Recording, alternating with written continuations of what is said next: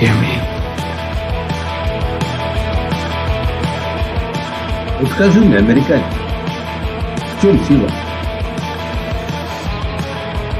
А вы что, собираетесь на ней жениться? Да. Ух, красота-то какая, лепота. Таможня дает добро. И вообще не называй меня, пожалуйста, Вероникой. Кто я? Вот кто я? Отныне русской земле единый быть. Don't torture me, I can't live without him.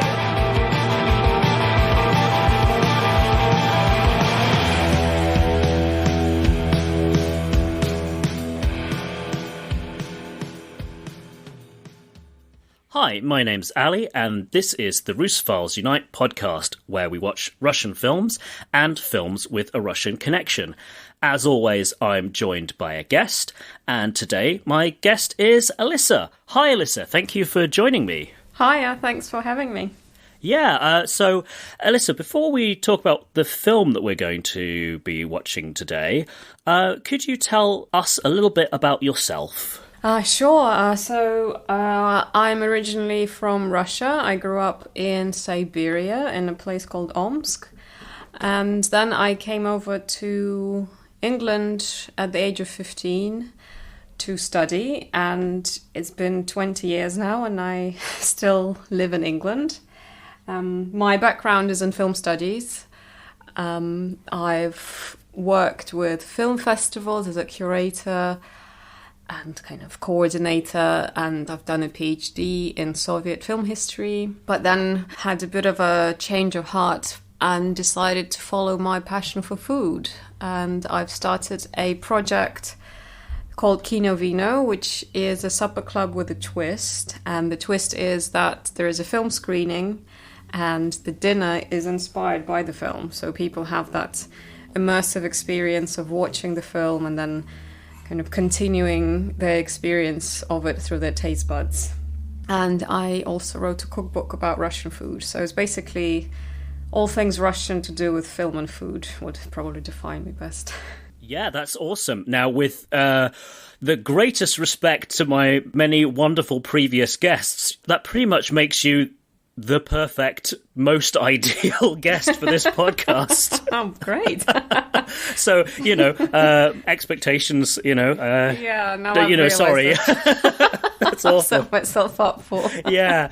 All right. So where to start? There's so many places we could take the conversation from here. I think probably start then from your experience of 15 years, that's, it's a good stretch. It's not like you moved here when you were 5. So you've very much had, like, a Russian upbringing, but then you've spent over half your life now living here. So, yeah, how did you initially find moving to the UK at that age? It was an interesting thing because kind of ever since I could remember myself, my family had an interest in England through literature mainly and language as well. So I had a English language tutor when I was, 5 maybe. So, and my first words were a mix of English and Russian. Oh, nice. But I mean, only, I could say fox and say thank you, that kind of stuff.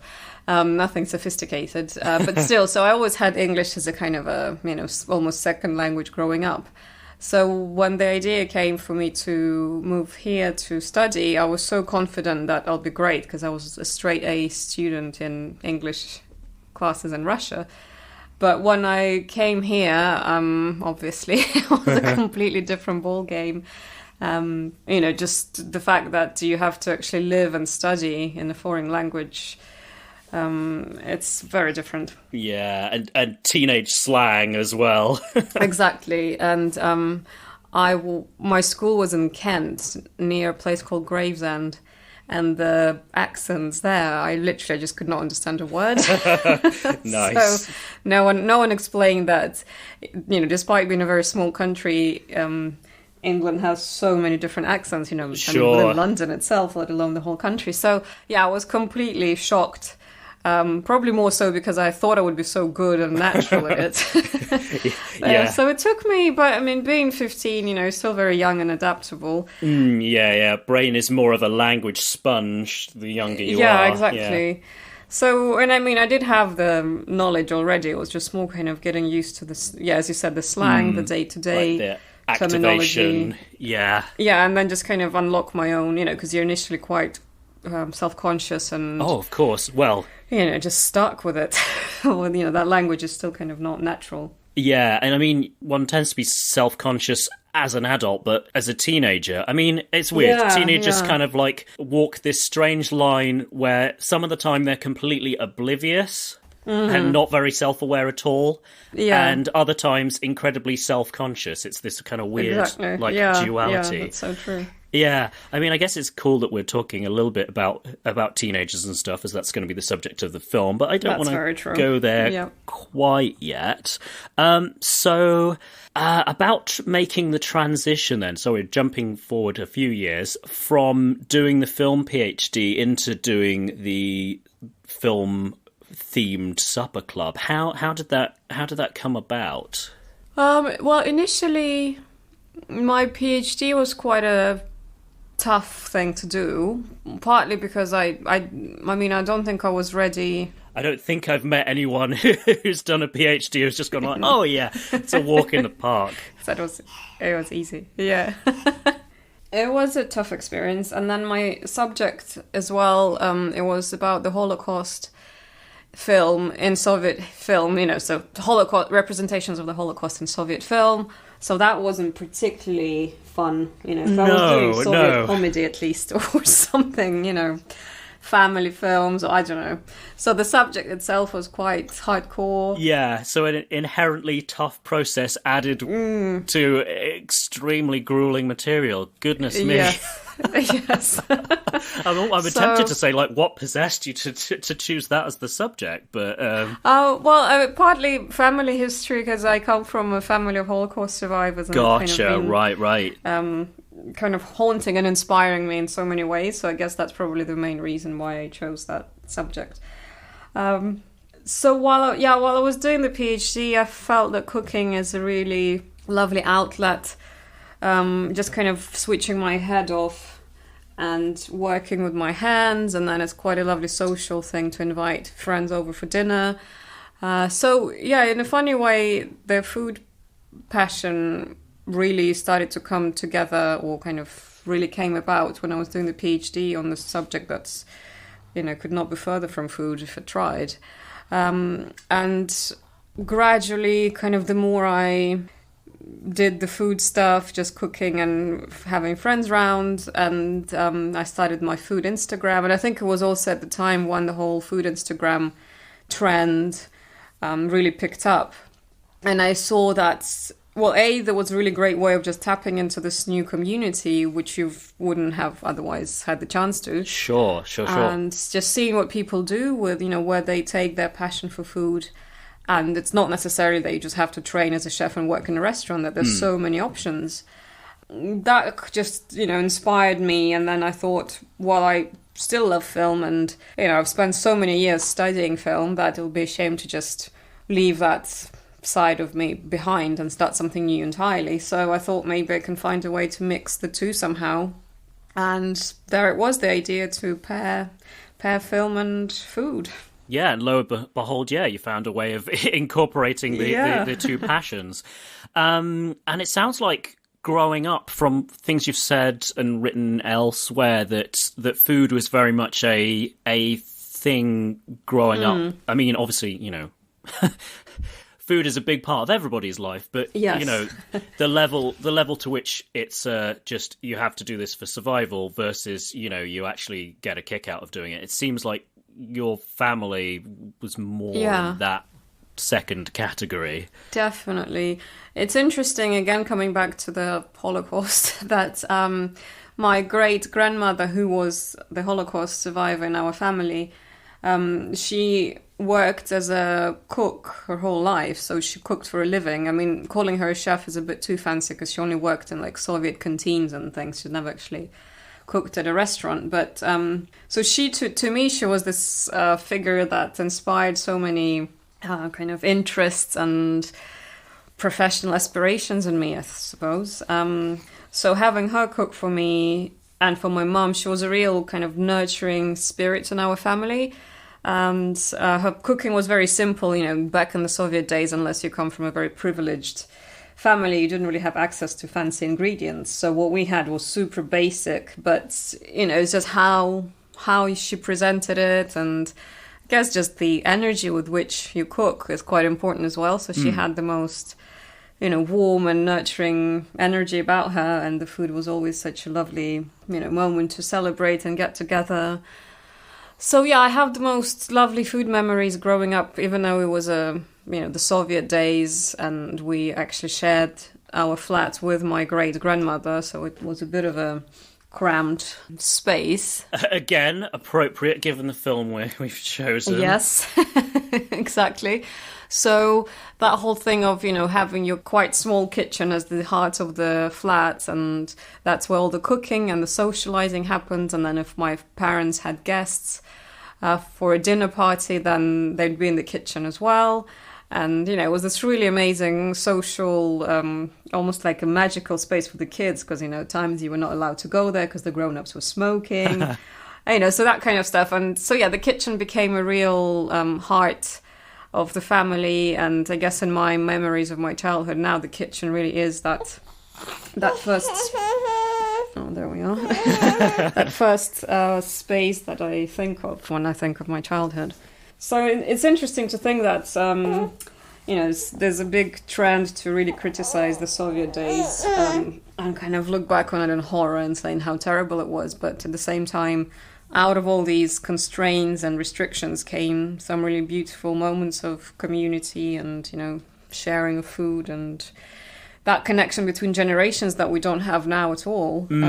Yeah. Even though by many standards it's not healthy to live with your parents and your grandparents in the same flat. But striking a balance between, being able to spend quality time with people and, obviously it's a cliche, but the older generation have so much life experience and, the wisdom built up from that. Yes, they lived through different challenges, but there's universal human stuff. Definitely. And that's something I kind of appreciate more as I get older. And I also feel kind of sad that I didn't get in that all of my grandparents were gone by the time I was, I guess, 21. So, and yeah, 3 out of 4 were gone before I was 15. So, yeah.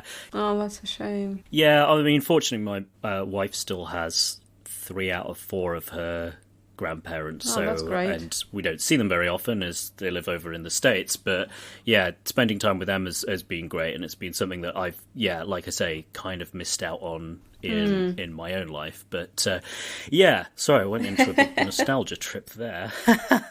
Oh gosh, yeah, where can we go from there though?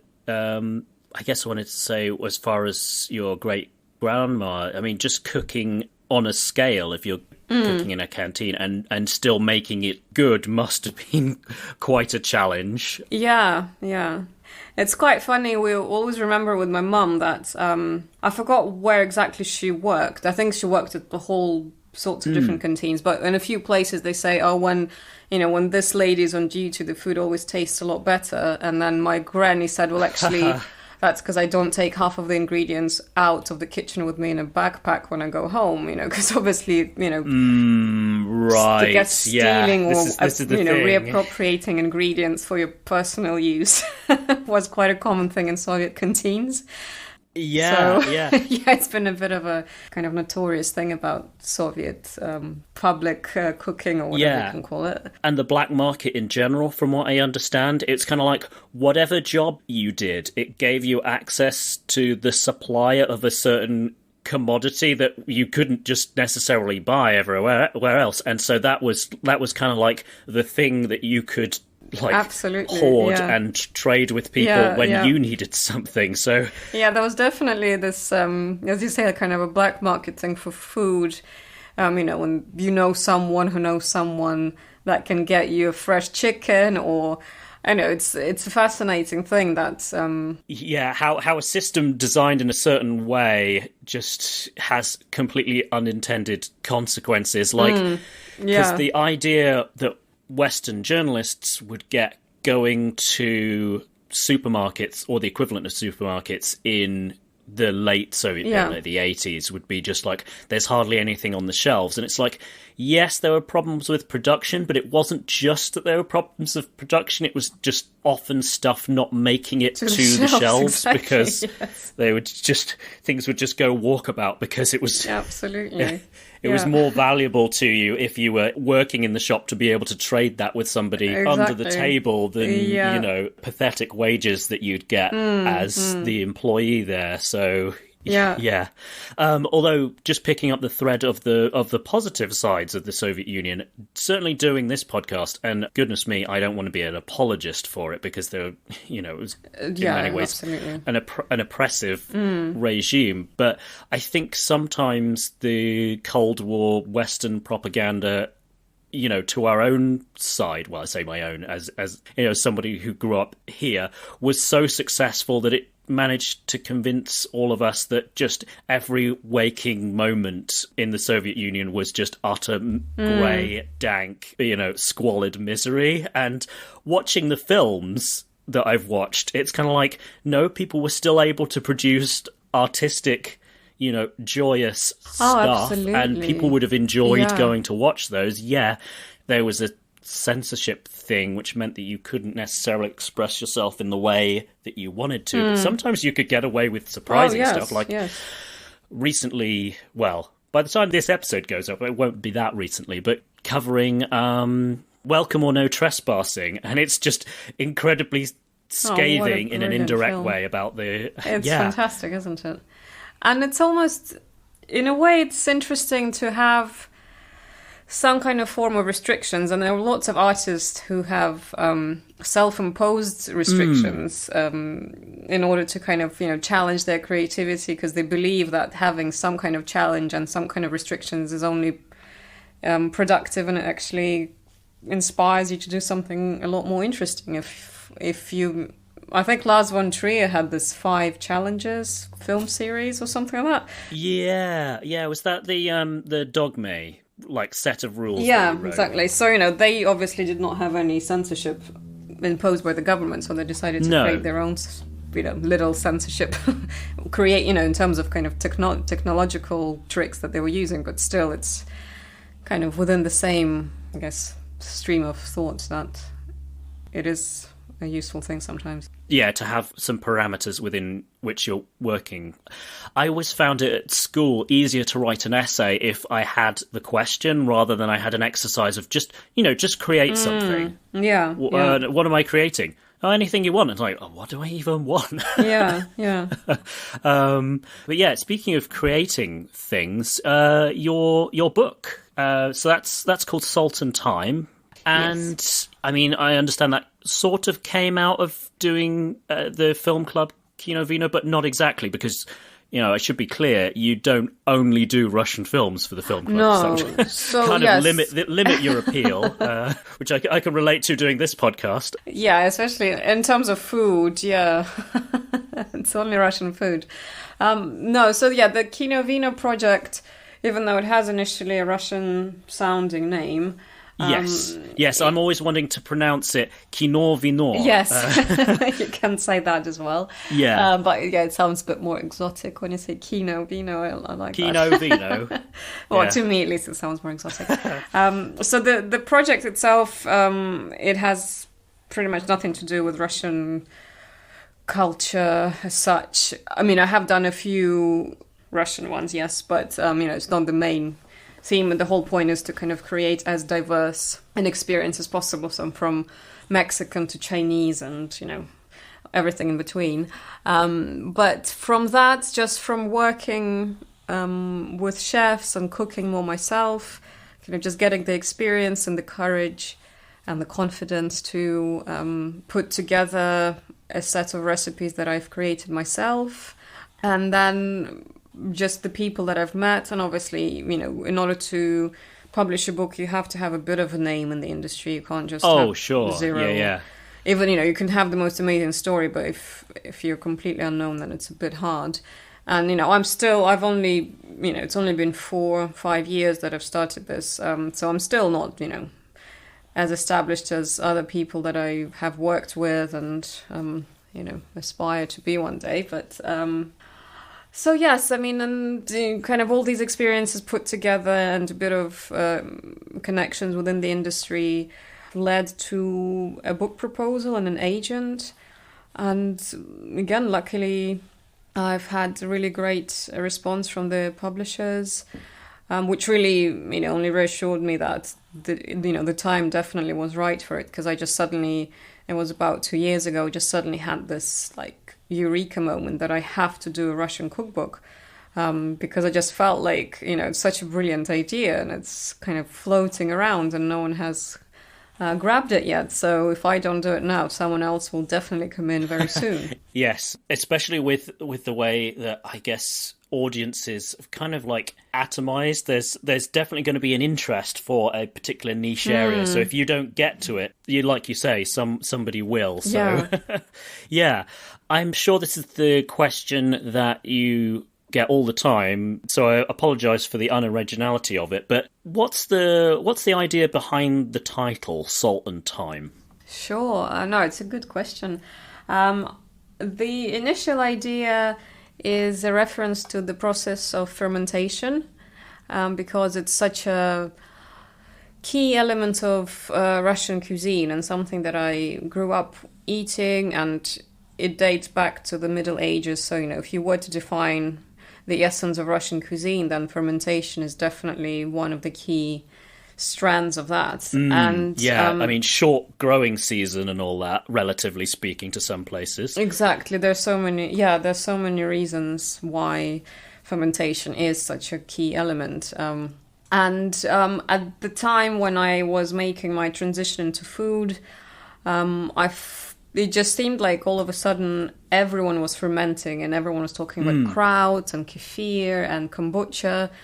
And to me, it almost sounded very amusing because, it was my standard, not very original or let alone trendy diet when I was growing up in the Soviet Union. It was more about the shortage of things. We kind of had no choice but to ferment. Yeah, it's the thing that the old folks exactly. are in charge of. Yeah. And so I thought, well, that's quite fun to use that connection as a way of introducing Russian food into contemporary British eating culture. And I started doing a few pop-ups where, the menu would have fermented something, there would be each dish on the menu would have a fermented element to it. And I call those pop-ups Salt and Thyme as a reference to this magic of cooking with nothing but salt and thyme. And then when my idea for the book came about and the proposal, I used that as my working title. And then the more I thought about it, I felt like it's actually a really beautiful poetic name as well that makes you think of, well, at least makes me think of the snow. Salt and snow have that visual and also the kind of sonic affinity in a way, the crushing of the salt and the crunching of the snow. And then thyme, it's an absolutely essential cooking element. And also to me, in my personal story, it took time for me to reconnect with my Russian identity in a way. And food was a huge part of that process. So I felt like on so many levels, it's such a brilliant title that really kind of goes down to the essence of Russian cuisine, but also of my personal relationship to Russian cuisine. Yeah, and they're two such basic ingredients of life. Yeah, You can go through life probably quite easily without encountering, say, kombucha if you just don't happen to, live in a culture that's connected with that, or you don't live somewhere that's particularly cosmopolitan. But basically, everywhere has salt, and But as far as shall we say, the marketing of the book, have I got this right? You toyed with or considered calling it a Siberian cookbook, but Yes. decided against that Yes. in the end. My thinking was initially not to use the word Russian because it's such a complex term in general. You know, Sure. when it comes to food and that whole question of national belonging of food or where the food comes from. You know, it's the whole kind of PhD field Yes. of kind of Should you decide to do another one, exactly, yeah. So they kind of might be a bit more fun than the Holocaust definitely, one. yeah. If I So, can, not be too flippant, but yeah. Yeah, so I felt that, might be more relevant to my own history, I suppose, or my own experience to just use the word Siberian because that's where I come from. Sure. And there's a certain novelty there. People go, yes, exactly. And I felt it's what's quite that? a quirky thing to say. But then when I started telling people about my project, and people were like, oh yeah, Siberia, that's a lovely place next to Croatia. And I was like, oh, okay. Really? So then this People whole getting Serbia and Siberia Yes. mixed up. Huh. So I was like, okay, that's not good. And then the other thing that my publisher said, and I trust them completely, that marketing, is such a huge part. And that, yes, we definitely can't use, well, not definitely, but we would risk a lot of misunderstanding and confusion if we have Siberia on the title. And associations, right? Yeah. It's like people, for people who don't misidentify it as Serbia, if you say Siberia to the average Brit or an American and just say, what do you associate it with? They'll probably say something like exile and gulag. Yes, exactly. Which is awful. And winter. Yeah, So- not appetizing in the slightest. No. 333 things to do with cooking with snow or something stupid like that. Yeah, exactly. Interesting point about Russian food being a broad term. I mean, I guess it's you could say there's a slight analogy with British food in that you can choose to define it quite narrowly or quite broadly. I mean, maybe this is just a thing with countries that had a big empire at one point. Yeah, I was going to say the whole colonial past definitely feeds into that. Yeah, like I forget which curry dish it is. I want to say it's chicken tikka was developed by South Asian immigrants in Birmingham. Yes, I want to yeah. say so. It's not a dish that was born physically Exactly. in the Indian subcontinent, Yeah. but it was out of people who were originally from that part of the world. So yeah, similarly with Russia, if you go back 500 years, it's a much smaller place and encompasses a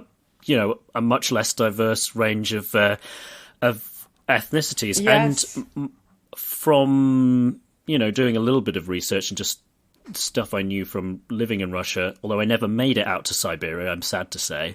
A trip to Baikal was on the to-do list for a long time and never made it. But my understanding is that Siberia, partly because of the exile thing, to be honest, ended up being quite a melting pot, and that's kind of reflected in the cuisine. Yes, yes. Yeah, could you develop that a little bit? Yeah, so the interesting thing about Siberia, so even though the book says Russian on the title, and again, just so complex to try and define what's Siberian and what's Russian, it's all Sure. part of something a lot more kind of fluid and complex. So I still talk about the food as being Siberian purely because that's where I come from and that's the food that I grew up eating. Sure. And most of the recipes in the book are kind of based on my family recipes, but there is also some research into pre-revolutionary cuisine and treating all of these recipes with a more contemporary touch from kind of me as a chef working in London today. Sure. But still, Siberia is the kind of a framework, a thematic framework for the book. And the fascinating thing is that, as you rightly said, people associate it mostly with exile.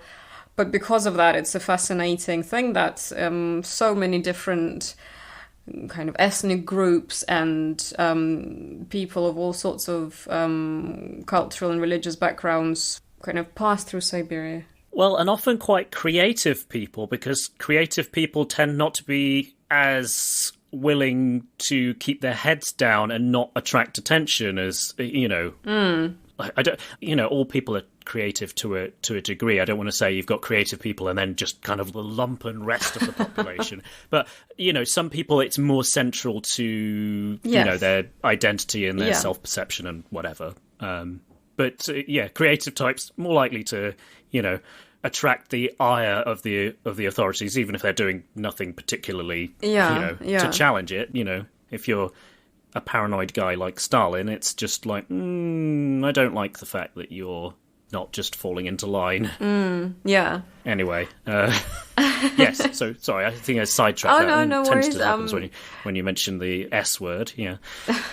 So Siberia just happened to have the most interesting kind of anthropological almost history in terms of the migrants moving from the Far East to the West and vice versa. Personally, in my family, my dad's side comes from the Far East of Russia, and my mom's side comes from, there's a bit of mix there, but the main part of the family comes from Ukraine. And there were Jews who moved to Siberia from Ukraine during the Holocaust, or escaped somehow, miraculously escaped the Holocaust. Sure. So even in my own family, it's a really interesting example of the kind of East and West of Russia, or former Soviet Union rather, meeting in one place. And of course, there's so many other families who have similar stories, or similar in a way that they kind of came from, all parts of the former Soviet Union and settled in Siberia. And because of that, there are so many interesting dishes and influences. It's very uncommon to think that Korean pickles and the whole culture of Korean style food preservation is very popular in Russia and in Siberia.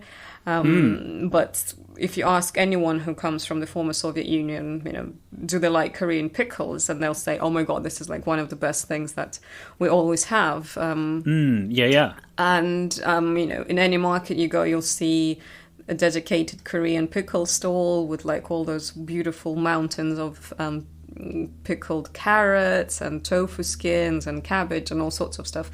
So that's quite a fascinating thing. And then where I come from, the place Omsk, it's quite close to Kazakhstan.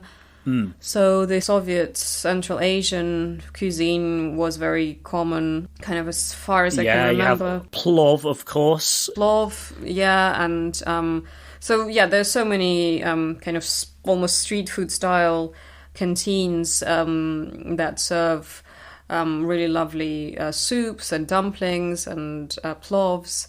And just in general, when you go to the market, it's such a beautiful kind of diversity of faces, Asian, Russian, Georgian. It's just a really fascinating notion of the melting pot that's really encapsulated in the market scene. Yeah, when we were living in Moscow, we'd quite often go to an open-air market, and our favourite stall there was run by a Georgian lady, so we would get sulugonni Georgian cheese there. It was very good. What else did we have? And she didn't sell khachapuri, but that was one of, in terms of my culinary journey, learning about Georgian food. Yeah, that's a huge revelation, isn't it? This is probably like the fourth or fifth time I've mentioned it on the podcast. It's sorely, not known about. I feel like it's kind of sad. But going to the Korean thing, that was something I was very surprised about. Just in general, I wasn't aware of the modern Russian Federation, and to an extent the Soviet Union's.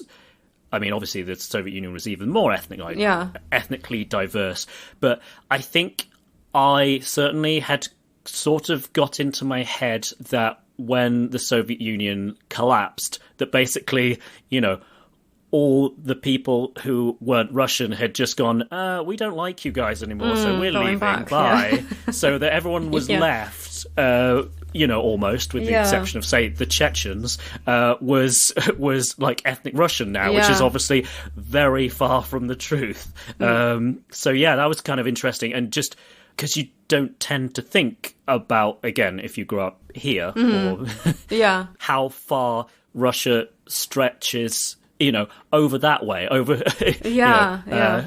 towards the right on the map, and right, yeah, you are right by Korea. So yeah, I just didn't realise that there was any sizable population of Koreans. Yeah. And one of the dishes that you have in the book is called, I'm probably butchering the pronunciation, but is it hye? Yeah, Or yeah, hye? yeah. So what's that one? So that's another classic from the Korean market stall. It's essentially, I call it a Soviet Korean ceviche because it's essentially it's a very thinly sliced fish, raw fish, that's then marinated in a mix of vinegar, spices, and sugar. And it's served with a fresh grated carrot and fried onion. And that kind of combination of a fried onion with coriander and sunflower oil, which is then mixed together with very pungent, garlicky, cayenne peppery acid, is quite a funny combination because one side is very kind of Slavic, if we can call it that, very more traditional Russian, and then obviously the whole sugar, garlic, acid, and cayenne pepper that's a lot more Korean. Yeah, and the ceviche-like thing of, for people not familiar, I've never actually had ceviche, but I know conceptually, the cooking without heat idea. So it cooks the fish completely because it's very thinly sliced, and obviously the acid is quite a strong element.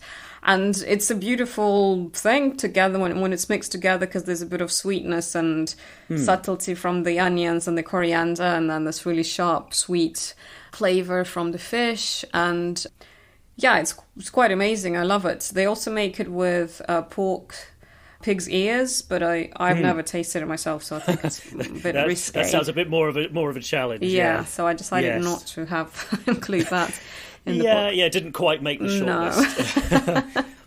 And then obviously the whole tradition of eating raw fish, it's also quite common. I was hoping you'd bring this up, yeah. Yeah, common in Siberia itself. So there's something that I kind of sadly bypassed in the book for various reasons, namely not having enough time to do proper research, is the indigenous culture in Siberia, because there's so many indigenous ethnic groups that live. And obviously it's important to remember that Siberia is huge. So when we say Siberia, there's also so much variation to that. So, throughout the whole of Siberia, there's so many different ethnic groups who have their own culture and culinary traditions and so on.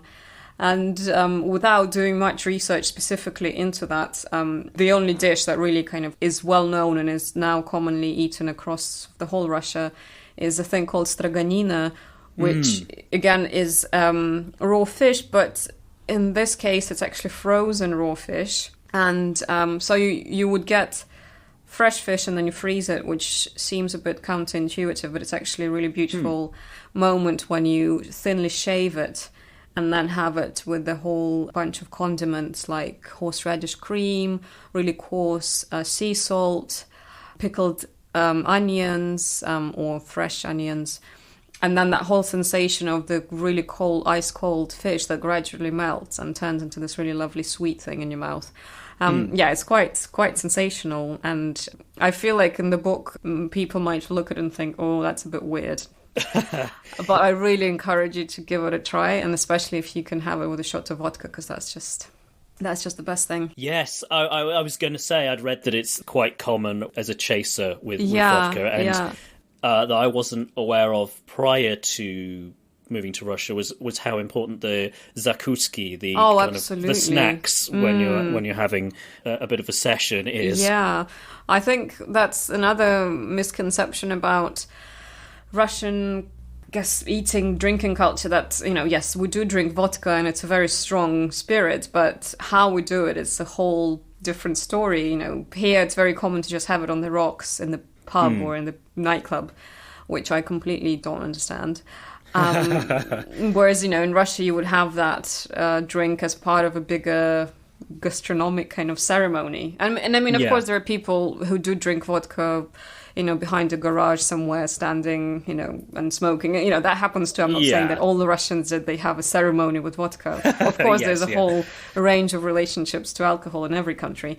But when it's done well, it's a really amazing moment when you have a specific set of dishes. It's a bit like tapas kind of thing. So it's all little or relatively little plates, so it's not like an individual plate. It's all sharing plates and platters of ferment and pickles and things like straganina.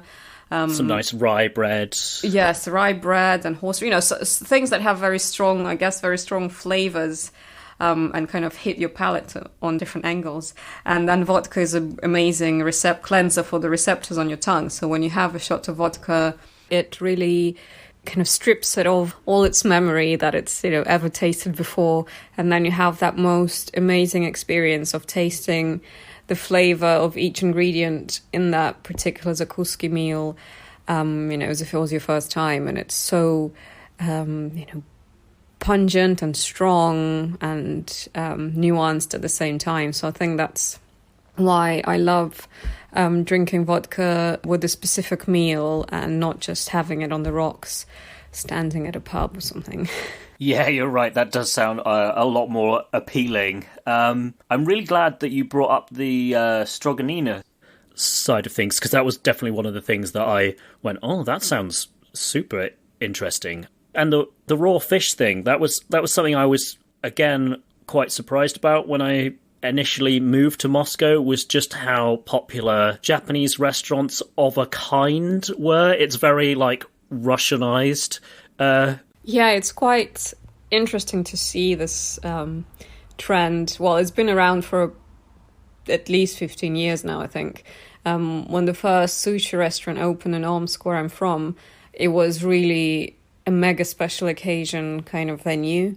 And it was always, fully booked, and you would actually get quite decent sushi there. But then gradually that particular style became so popular that, and yes, as you say, it has become Russianized in a way that you get cream cheese and all sorts of stuff in it. And also just the way it's available literally on every street corner. It's almost become like a kind of Russian street food, really. You get a coffee shop and a sushi bar in one place, and they come up with all sorts of funny kind of Russianized names like sushi bambushi or something. It's just... or babushi or whatever, it's just really silly kind of play on Japanese and Russian words. Yeah, but it's interesting that at the same time that dish Stroganina is also becoming quite trendy and starting to kind of rival the sushi mania. And yeah, it's quite fun to see something that's very regional, kind of belongs to the indigenous population of Siberia suddenly becoming, well, not suddenly, but, it has been around for a long time. But I think the whole kind of immersive experience of a Stroganina bar is quite a recent phenomenon. And it's definitely a rival to the sushi bars. Oh, that's interesting. I guess that's something that's developed since I left Moscow 5 years ago, or maybe it was kind of bubbling up under the surface, but yeah, it wasn't something that had really come to my attention. So going from slightly dodgy cream cheese infused sushi, I wanted to talk to you a little bit about the negative perceptions of Russian food over here. Was that something you found a challenge in terms of writing the book and marketing the book? Because I know maybe for British audiences it doesn't have the most let's have some Russian food kind of. Oh, absolutely. It's quite a challenge because you don't want to sound too negative in the book, saying so in the introduction that most people in the West think that Russian food is pretty horrible, or even chefs who are not from the West. I have heard them say on various programs that Russian food is pretty bad. So yeah, you don't want to kind of drive that message home too much in the book, even if my intention is to then contradict it. So I was trying to tread carefully around that subject. And I think my hope is to show just authentic food, and then, let people, decide for themselves if it's good or bad. And by authentic, I mean something that authentic to me. I'm not claiming to have the ultimate recipe for the authentic, Russian iconic authentic food. I think that kind of term itself is problematic. By authentic, I mean kind of honest to me, to my palate, to my memory of my family and my family's recipes, and just present something that fascinates me, that excites me, that I love cooking at home, and hopefully that kind of honest kind of energy behind it will come through, and people will kind of feel the need or the interest to explore if they haven't had any Russian food before. So the jury's still out. I have been getting lots of really wonderful messages on social media, and have been tagged in lots of posts where people, cook something from the book and then post about on Instagram, which was really touching, and lots of lovely reviews on Amazon. The book only had 5-star reviews so far. So, I mean, that's really encouraging and really, just makes me really happy. Oh, that's great. I'm really glad to hear that it's been well received so far, and that people are being open-minded about Russian food. I wonder if some of the residual negative perception of Russian food that I sometimes encounter over here comes from the fact that a lot of British establishment journalists who are middle-aged at this point may well have visited the Soviet Union in the 80s. I mean, you were on Women's Hour at the time of recording recently, and she'd visited there and not come away with the most favourable impression of Russian cooking, partly because of, Stolovaya canteens. And you mentioned I think on their tendency to smother everything in mayonnaise, and that was something that you were very keen to get away from. Yes, I do have a bit of a love-hate relationship with mayonnaise. Historically, mayonnaise was quite easy to produce during the Soviet days. Produce en masse using egg powder and so on. Obviously, we're not talking about handmade fresh mayo with fresh eggs and stuff.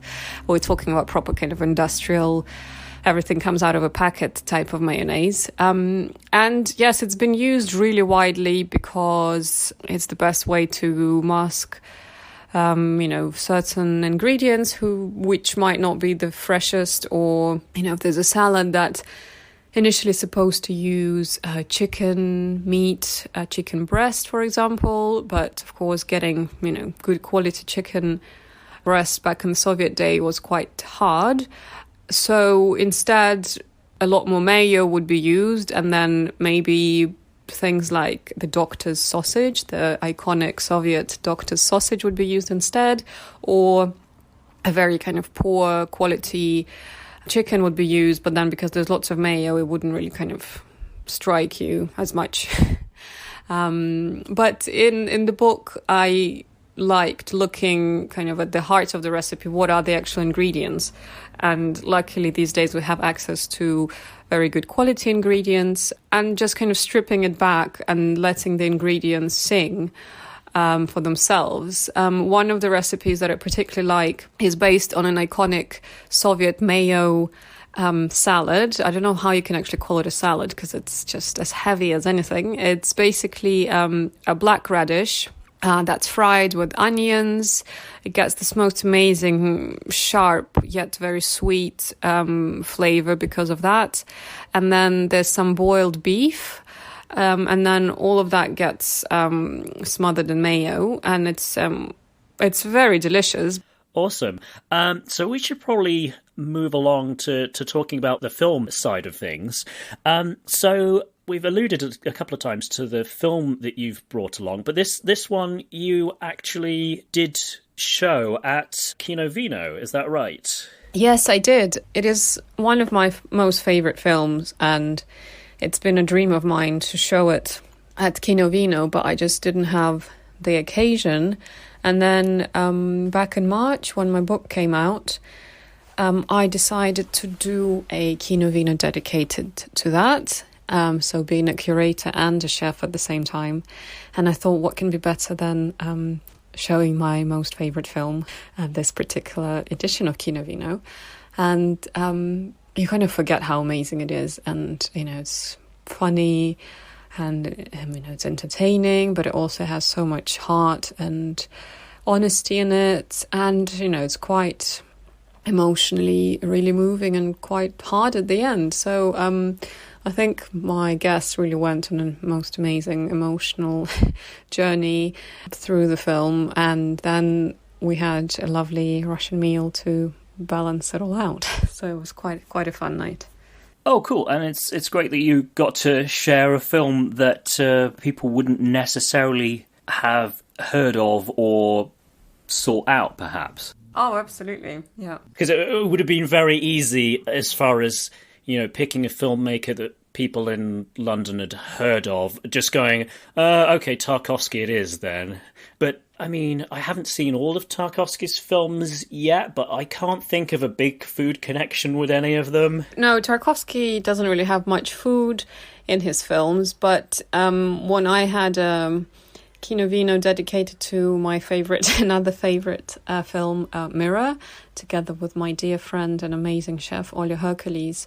We kind of went for the sensuality of the film, really, and the whole theme of mothers and the memories, because obviously for most of us, food is such a strong connection to our childhood and our mothers, because we probably most of us are fed by our mums. And that kind of gave us really beautiful creative freedom. But at the same time, Mirror is most of the scenes connected to the author's childhood are set in a beautiful buckwheat field.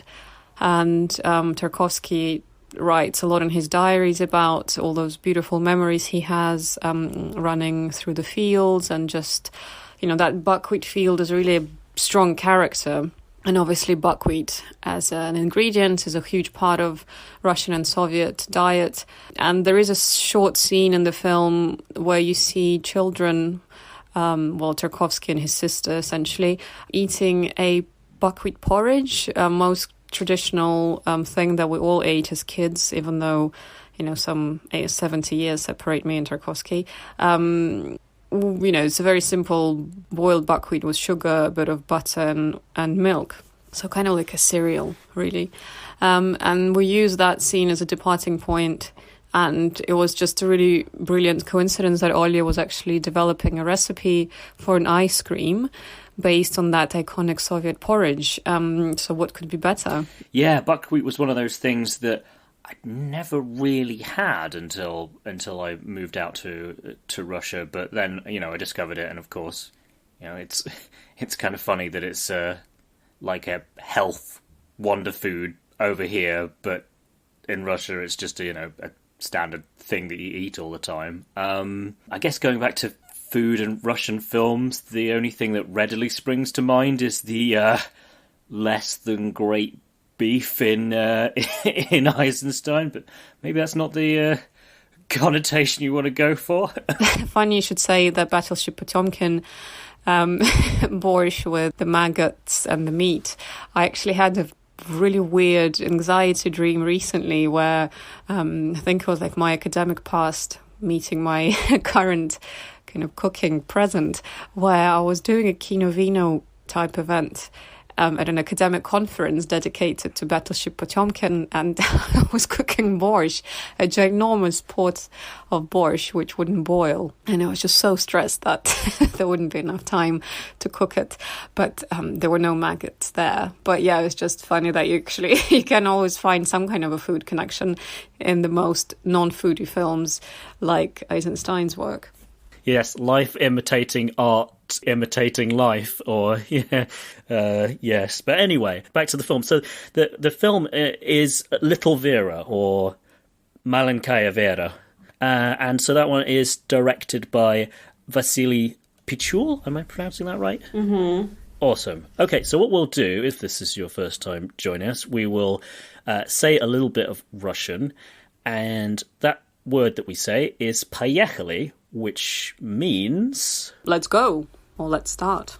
Yeah, awesome. And it's kind of like a famous phrase because I mean, it's something that people said anyway, and that's why he said it, but it's what Yuri Gagarin said when he was just about to become the first man in space, because it's like, off we go. Okay, so, 3, 2, 1... Поехали!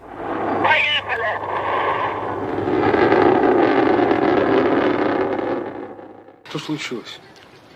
Ничего.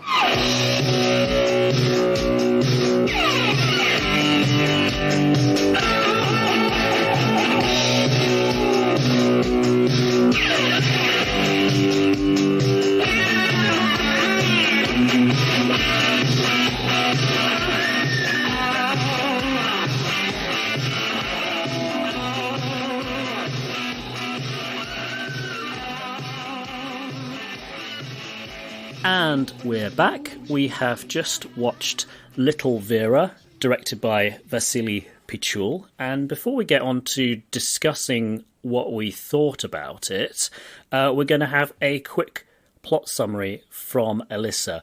So this is the point where if you haven't watched it and don't want to know what happens, spoiler alert, don't say we didn't warn you. So the film is set over a summer, and it focuses on a young woman called Vera who just finished school, and she's a bit lost about what to do next. She's living with her parents, an alcoholic father and a hardworking mom. And then at one of the local dances, she meets a dashing young gentleman called Sergei, who is a student. He lives in a local student accommodation, and they start a passionate love affair, which leads to marriage. Vera tricks her parents into thinking that she's pregnant, and they allow her to marry him, and then Sergei moves in with them. And the whole experience of living with the parents obviously kills the romance pretty quickly, and their relationship starts to fall apart. And after a series of massive arguments, Vera's dad stabs Sergei. And this is a really testing moment for Vera, whether she sticks with her family or her new husband. And after some really heartbreaking encounters with her parents, the film kind of doesn't really have a conclusion. It's a very bleak ending where Vera attempts a suicide, and Sergei comes back from a hospital, and her father is alone in the kitchen drinking, and he actually dies of a heart attack. Yeah, he collapses, and we're led to believe that he probably died. Yeah. Yes, that he probably died. Yeah, so it's a very bleak, kind of inconclusive ending, which stays with you for a really long time. Very powerful. Yeah. Yeah, and it's there's a bitter irony to that ending in that just after you've got the sense that maybe Sergei, Seryoja and Vera are going to, give it one more go. So it's kind of like, oh, there's a ray of light. No, we're slamming the blinds down on that. Yeah. Yeah, no, there isn't. Yeah. Well, thank you, Alissa, for that wonderful, concise summary. So, as we've already established, kind of a bleak and in many ways sort of depressing film. And in fact, it falls within like a category of late Soviet / early post-Soviet filmmaking. I want to say called Chernucha, is that right? Yes, correct. Yeah. Yeah, and which comes from chorny, which means black. So it's kind of like a negative, dismal, depressing kind of like. I mean, to call it a genre is the wrong word, but just, approach or category or. Yeah, I suppose it's a wave of films that came about in the late 80s when Gorbachev's policy of glastnost, so open free speech, and the pretty much the collapse of the centralized censorship system the film industry led to this whole new wave of films which could finally speak out about the reality of the Soviet experience. And I mean, a lot of praise for Little Vera goes towards that kind of honest depiction, but I think there were films before it, of course. It wasn't the first Soviet film to openly depict the reality of the experience of the young people in the Soviet regime, but I guess this one was more overt, maybe more kind of in your face. It has that kind of amazing young energy because the director was quite young himself. Yeah, he was like 27 or 28. 25 or 27, yeah. And his and it was actually written by his wife. Yeah, and it's based on it's shot in his hometown. It's actually in Ukraine, in Mariupol, or Zhdanov, as it used to be known. Yeah. And it's pretty much based on his own life and the character of the mum. And there's actually kind of an anecdote that when the director's mum saw the film, she got really upset because obviously that the character of the mum in the film is very much inspired by the director's own mother, and she's not shown in the best of lights. Yes, yeah, more autobiographical than she probably felt was necessary, and I think that's a relatively common complaint with artists' relatives. Like sometimes things just get a little bit too much. Okay, art inspires life, but you're kind of doing the laundry in public kind of thing. Vasily Pichul's wife was, just for the record, Maria Khmelik, I think. Yes, yeah, just wanted to give credit where credit's due. And I imagine there's probably like a certain amount of autobiography there, actually, in it centering around a young woman and being written by a woman. Yeah. And to me, one of the things that came across is it seemed like there was a strong thread of criticism of masculinity in a way. Oh, definitely. It's worth saying that the title itself, Little Vera, has a kind of a dual meaning because Vera is the word faith in Russian as well as a woman's name. So Little Vera is either, young Vera, the character, or the lack of faith, really, or the lack of future is just, I guess the whole bleakness is definitely the word that is very characteristic of the film. Yeah, you could almost switched her name up to Nadezhda, which means hope, and achieved a similar effect. And obviously with Russian, well, I say obviously, Russian not having articles, you can't say a little faith because you don't have a, so it has that ambiguity, like you say. And I just wanted to say the men in this film are all pigs. I mean, all of the characters you get, there's a strong none of the characters come off particularly well, but I think the men in particular are just awful. Yeah.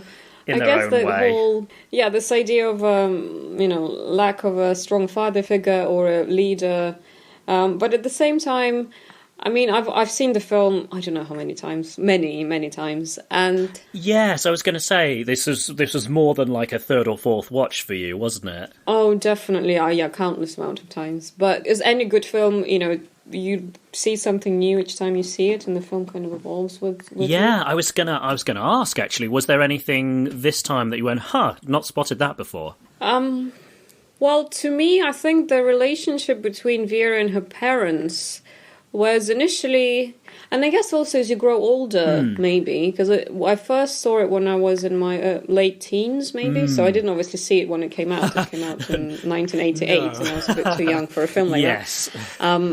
But I did, it was my kind of parents' favourite film because they saw it then. But so I saw it the first time when I was in my late teens, and I was initially about the same age as Vera, I'm guessing. So the same age as Vera, and I was definitely kind of on her side, seeing parents as negative characters. But more recently, I kind of started to see a more nuanced relationship between them, and as bad as her father is in so many ways, there is something very vulnerable and very moving about him and about their relationship. That scene where, in the beginning of the film, which is essentially, in a way, it's kind of like, because she chooses Sergei towards the end, she's not there to save the dad. Yeah. Because the film, it's almost like a cyclical kind of motif. The film begins with him drinking alone in the kitchen, and then she comes home and she puts him to bed, and he's also screaming that his heart is, he's having like a heart attack and he's going to die. Yes, yeah, it's very heavily foreshadows the ending. Yeah, and she's there, she puts him to bed, and even though she's very angry with him, there's still some kind of degree of tenderness between them. Oh, yeah, yeah. And how he remembers when she was a little girl, so there is some kind of, you can definitely sense it's her and the dad who have a stronger connection. Yeah. And so so at the end when he's there again calling out her name, and again, symbolically faith, lack of faith. So neither the faith nor Vera, the girl, is there to save him or to, be there for him. So I felt like that relationship is a lot more complex and nuanced, not as negative. Yes, exactly, as it might come across on the first viewing. And also the mom, she's your standard Soviet woman, robust, and she does what she thinks is best for her family. She works, she brings food, she cooks, she does the ferments, of course, for winter, and for her, for the dad to drink with vodka. Yes. And I love that conversation that Sergei has, where he says, like, why are you making ferments for the dad? Because he's drinking vodka. And she says, well, if I don't make ferments, he'll still drink. So, what's the difference? At least we have some ferments. Yeah, I think the implication seems to be that, like, at least this is kind of like breaking it up. It's slowing him down a little bit. Where exactly. And Seryoja's point is like, yeah, but if you didn't make it for him, he wouldn't have anything to, and maybe you'd stop doing it. And she's like, no, it's not that simple. I mean, maybe I'm mischaracterizing it slightly, but...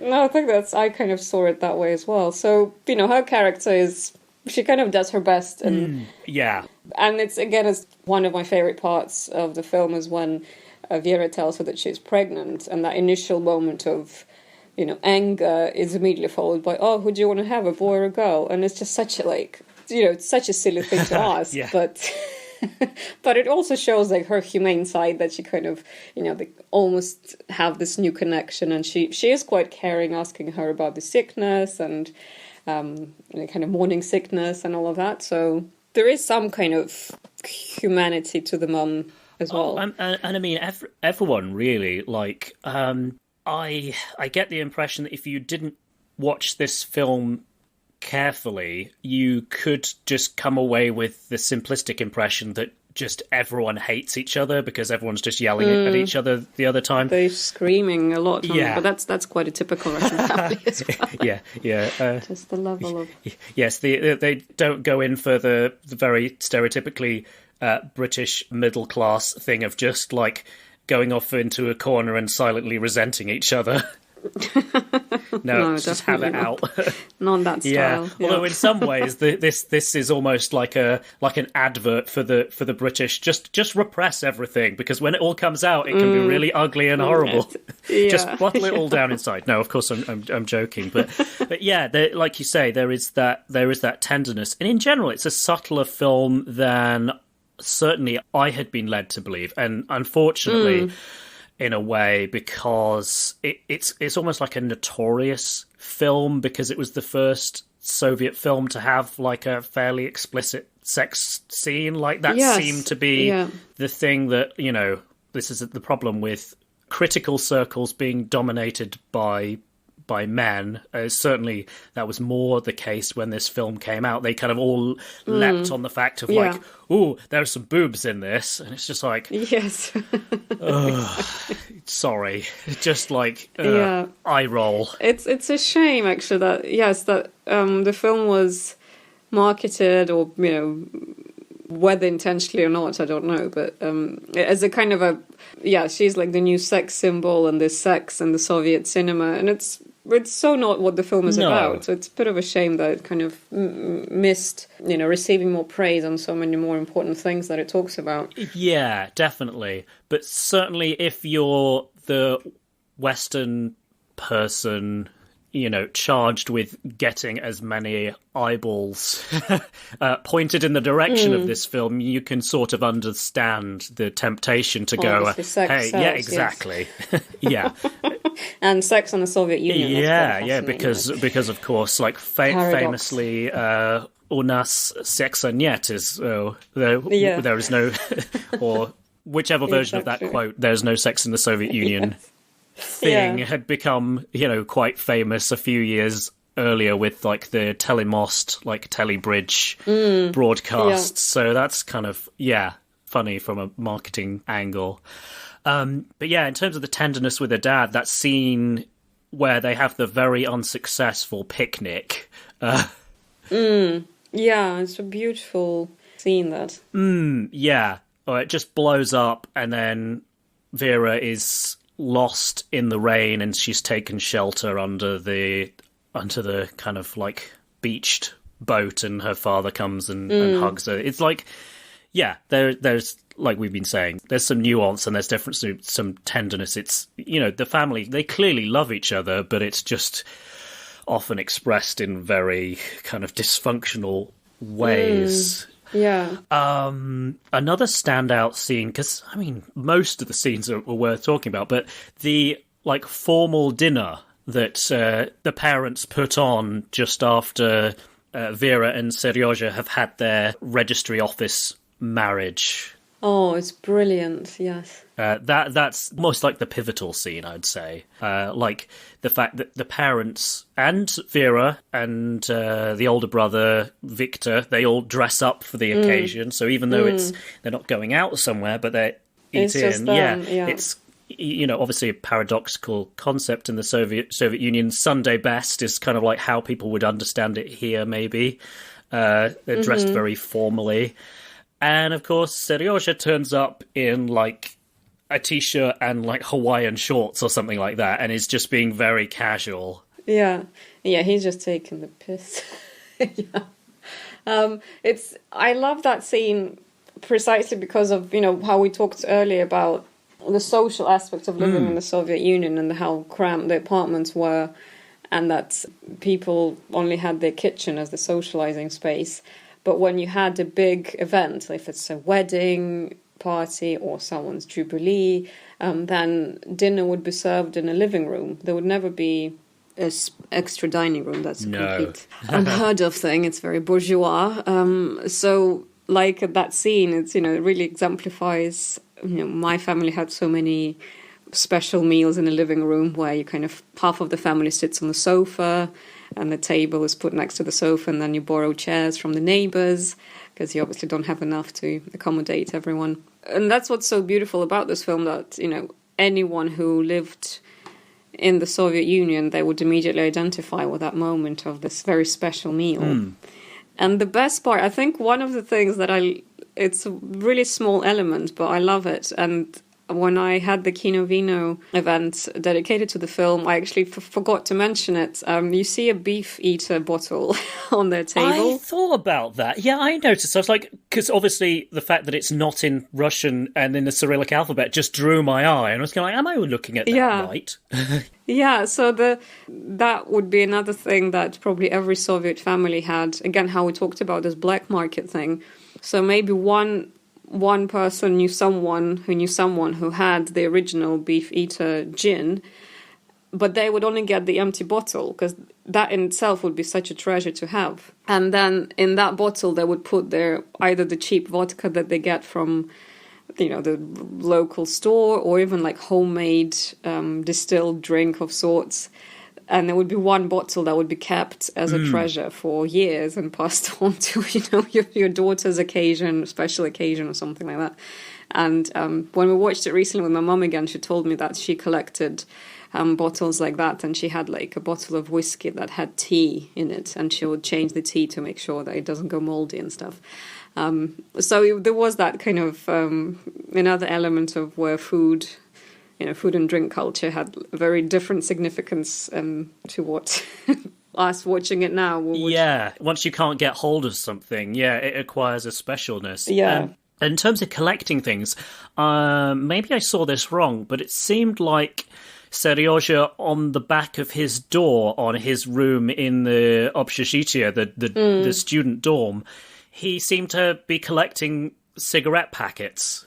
Yes, that's another thing that was quite popular or common thing to do, is collecting all the foreign labels. And again, you probably wouldn't even have smoked the cigarettes yourself, but yeah, you had, got hold of someone who gave you an empty packet, or you would even borrow it for a bit and have it in your, on your shelf, and then pass it along to someone else. That does actually remind me of my student days, in that I quite liked to.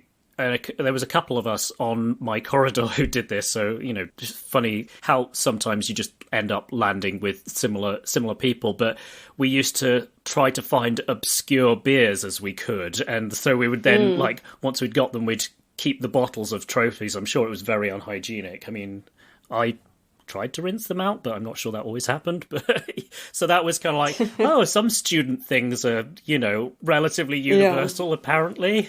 Yeah. Again, in terms of that scene, it descends into, catastrophe, but it does have some of the humour. And there is, I wouldn't go as far as saying that this film's like a tragic comedy, because the element of tragedy is much stronger, but there is humour there. Oh, absolutely. And I love the bit where Seryozha wanted to have some wine, and he was taking his time over it, and I think... Oh, God, yeah.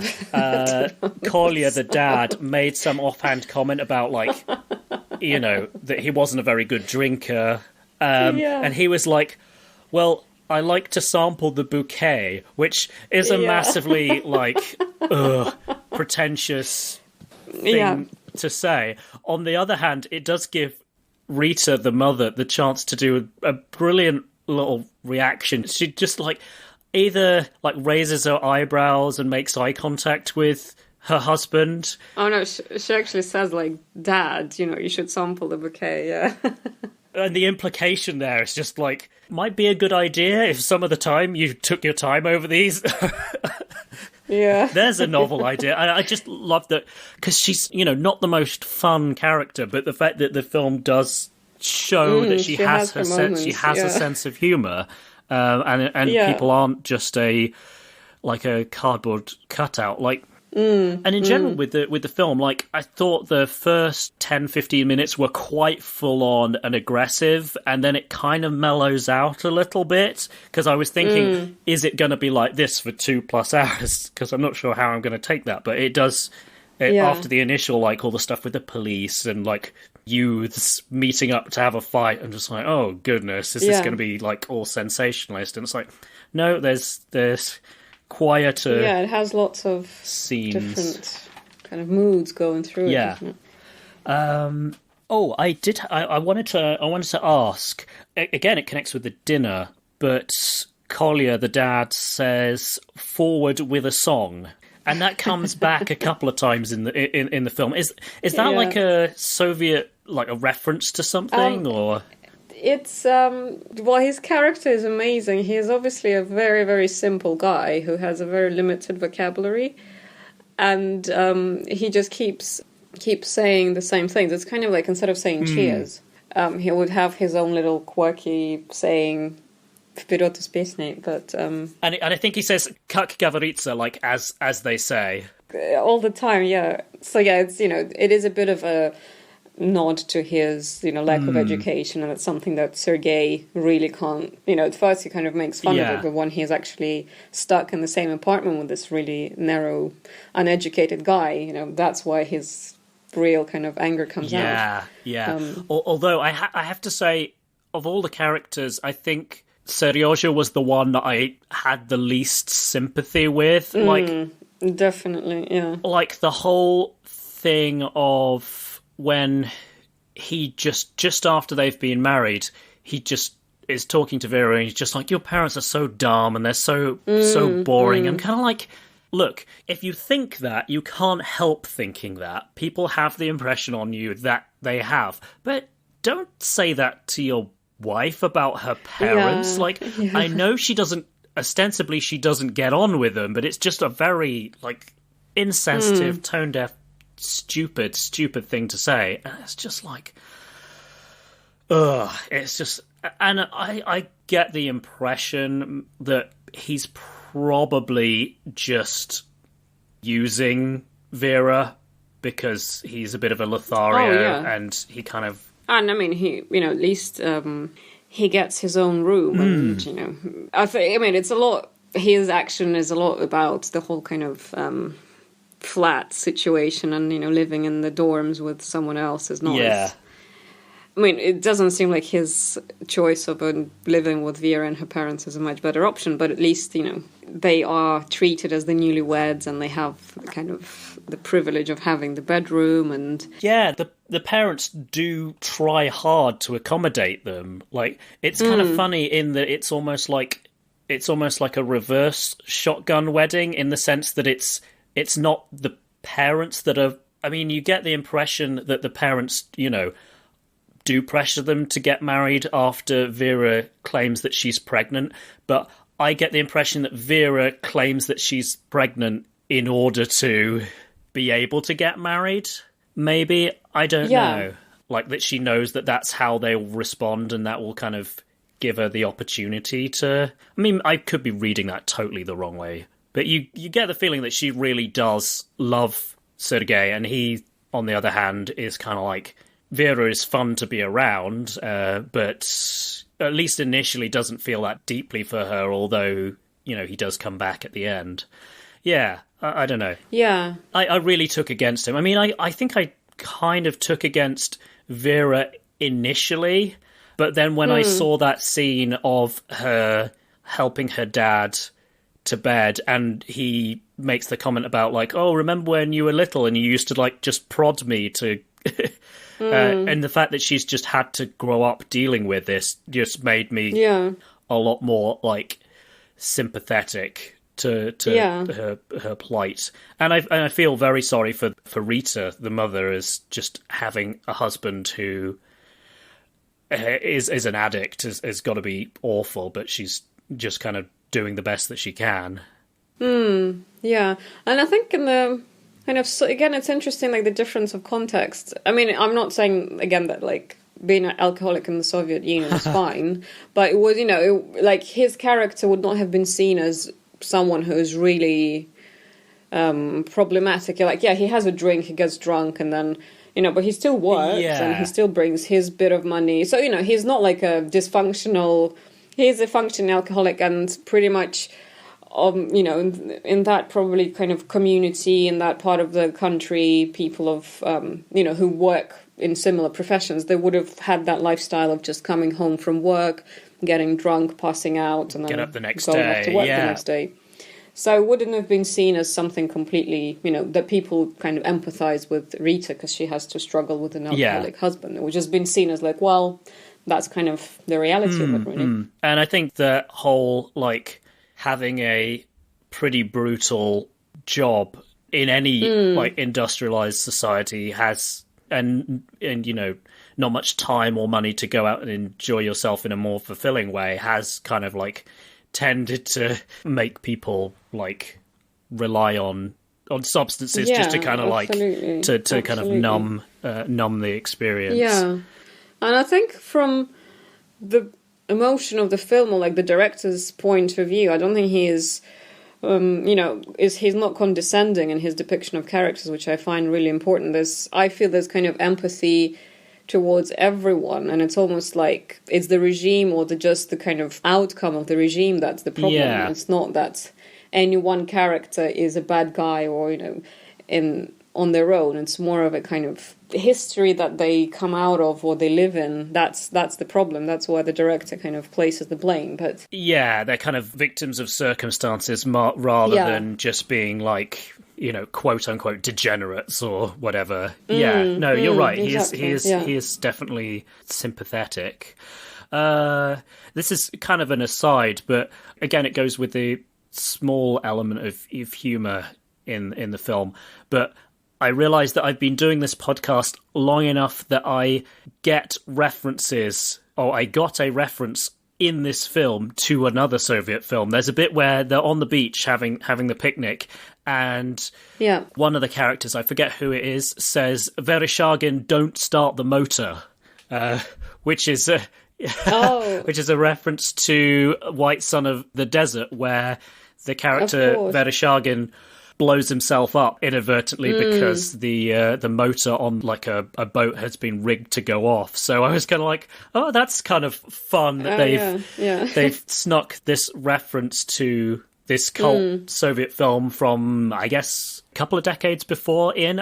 So I liked that. Yeah. Well, that film is quite interesting in a way. I guess, it's very realist in its aesthetic, so it really kind of absorbs all different reference to popular culture that would naturally be there. Like the music as well is very quite a strong like motif in the film. And it's Sofia Rotaro, who was, she's still around and kind of hasn't aged a day since then. So in the 80s, she was a huge star. And the songs that feature in the film, those were like kind of her smash hits of the 80s. And just kind of the references in the dialogues as well. So it's a very kind of naturalistic film in that sense, that if you watch it, you do get a sense of kind of what they listened to, what kind of cultural atmosphere they existed in. Yeah, the diegetic music as well. Yeah, as you say, you've got the kind of like late 80s kind of like almost like hair metal kind of stuff that they're listening to in public, and it's kind of like, wow, that really places the film in a very specific time period.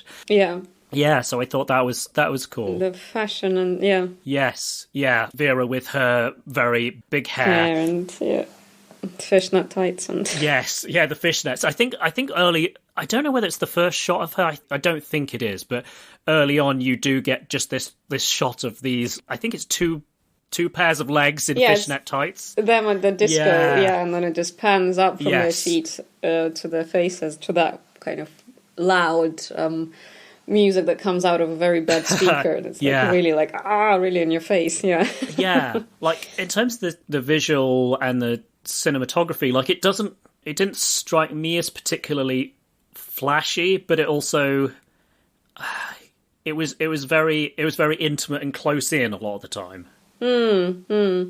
Yeah, I think again it feeds very well into this aesthetic of realist, naturalistic depiction, that there's no self-referential or kind of overt technical elements in the film where you kind of stop and think, oh yeah, that was a cool camera move. Or, it's very, very subtle, very observational. I guess that maybe that scene that we just talked about at the disco where the camera pans up, it's done a bit for a comic effect, because you see the fishnet tights and then the faces when they're like crazy makeup, massive hair, and they all kind of have this very silly expression on their faces. So, there are a few moments maybe where there is a bit of a comic effect, but other than that, it's all very subtle and, it's just there, it's observing, it doesn't kind of force the style on you. Yeah, and I liked how they almost used the shots of like the harbour and the like cranes and industrial like chimney stacks and stuff, almost like as punctuation, like a comma, like a breathing space between the scenes, like different scenes. And it kind of just reinforces that sense of space, and it really really places you in that little dark polluted town. Because on the one hand, it's summer and you have people referring to how hot it is, and quite a bit of time people are, sitting around in, especially the men, like in kind of boxer shorts and vests. Yeah. But you've kind of got this kind of bleak and kind of grimy, maybe kind of hotness to it. Which, again, for Western viewers who are used to stereotyping Russia and the former Soviet Union as being all cold all the time is possibly a bit of like that's not normally what I associate it with. But I thought that was cool, because you didn't really need any of those little short sequences to be in there. If you took them out, you'd probably cut the film down to just under 2 hours rather than it's 2 hours over 2 hours, and it's a bit long. But it does, like you say, it gives you that extra atmosphere, I guess I'd say. This is the one thing I wanted to ask before we wrap things up. How did the dinner guests at Kino Vino react to this film? Did you get much of a chance to speak to them afterwards? Yes, I almost wish I had more time. I mean, it's such a fantastic film that you want to have a kind of a discussion afterwards or something. I've had actually more than usual. I've had more questions and comments after the film than on any other event, great. Really. And people were asking about where the film was set, because there was a very strong sense of place, and they were wondering, again, I think they thought it was unusual for it to be by the sea, but I don't know, again, maybe I mean, it is actually in Ukraine, modern day in Ukraine, not in Russia. A mea culpa in terms of, I like to flag up at the beginning if we do a film that's not strictly set in Russia, but I wanted to say that it's Russian language, and Natalia Nyagoda was born in Moscow, and I think Maria Melik was also... I mean, the actors are... mostly born in Russia, yeah. I mean, if we go into the details, it's like ethnically Russian, but again, maybe they have non-Russian relatives. I don't know, but I think in that sense it's more productive to just call it Soviet, because that's what it was. But yeah. And Vasily Pichul was actually from Zhdanov, modern-day Mariupol, so it was kind of like a local, like autobiographical in that sense, maybe. Yeah, definitely. So it was set in where he was from, and his mom also worked as I think on the one of the like local telecom stations or whatever. Is that? Yeah, I think that's. So it's very autobiographical. Yeah. Yeah, but you were saying, sorry, before I sidetracked with the Ukraine thing. Oh, so people were asking about that, and kind of how the film did afterwards, what else the director made since. And sadly, actually, he hasn't, if I'm not mistaken, he only made one more film. Yeah, and he died... And he died recently. Yeah, 4 or 5 years ago, and quite young. Like, I think he was 54, 55, somewhere in there. But, so he's definitely kind of a director of one film, but what an amazing film to be remembered by. Oh, definitely. Yeah. So, because normally, if it's a first watch for a guest, I'd say, would you recommend this to other people? But I mean, clearly you would. You chose it. You chose it as a Kino Vino feature. But thank you very much for coming along. And it's been a really interesting discussion, and obviously great to talk about this film with somebody who grew up in Russia and has a bit more of a insight to into things that I might not have spotted as somebody who didn't grow up there. Yeah. It was lovely, thanks. Great. So before we wrap up then, is there, I mean, obviously there's Salt and Thyme available in all good bookshops, I'm guessing? Yes, and on Amazon as well. Yep, of course. Very important. Would that be available outside of the UK as well? Yes, the book is actually also available in Australia, and it's coming out in Canada and the United States in September, I think. Oh, okay. Oh, great.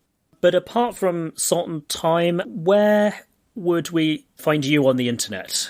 So I've got a website, kinovino.org, which got all the information about my supper clubs, and I do private events as well. And then I'm quite obsessed with Instagram, so... Yes, as you mentioned. On Instagram, I am Borscht and No Tears, which is a bit of a silly name, but I love it. and that's Borscht spelt B-O-R-S-C-H, right? Yes. Yes. No T. Yes, I know some... I don't know why a T gets inserted there somewhere. I don't understand why. Makes no sense. Maybe it's a Yiddish spelling? Maybe. I'd have to look that up. But yeah, if you transliterate Borscht, there's no T anywhere. Yeah. So yeah, that's me online. Okay, great. Well, yeah, I would definitely encourage people to check those out, although probably check it out on a full stomach, otherwise you're just, going to be giving yourself extreme hunger pangs. Or if you're close to the kitchen and could cook straight away. Yes. But yeah, if you're stuck on a train and a hungry somewhere, then maybe not. Bookmark it and come back to it later. Yeah, definitely. Okay, well, thank you again so much, Alissa, for coming along. It's a pleasure. Thanks for inviting me. It's been a great, fun discussion, albeit not about the cheeriest film, but certainly one that's well worth people checking out. Oh, it's definitely worth mentioning and discussing, yeah. Okay, well, thank you everyone for listening. Thanks. And до свидания, folks. До свидания.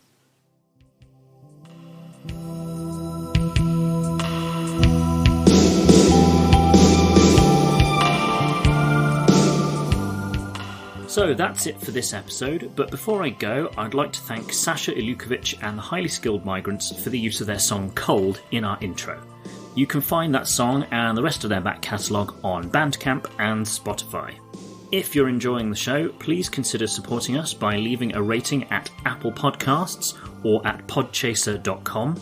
That second one, Podchaser, even lets you rate individual episodes, so if this episode particularly stood out to you, you can let other listeners know that you enjoyed it.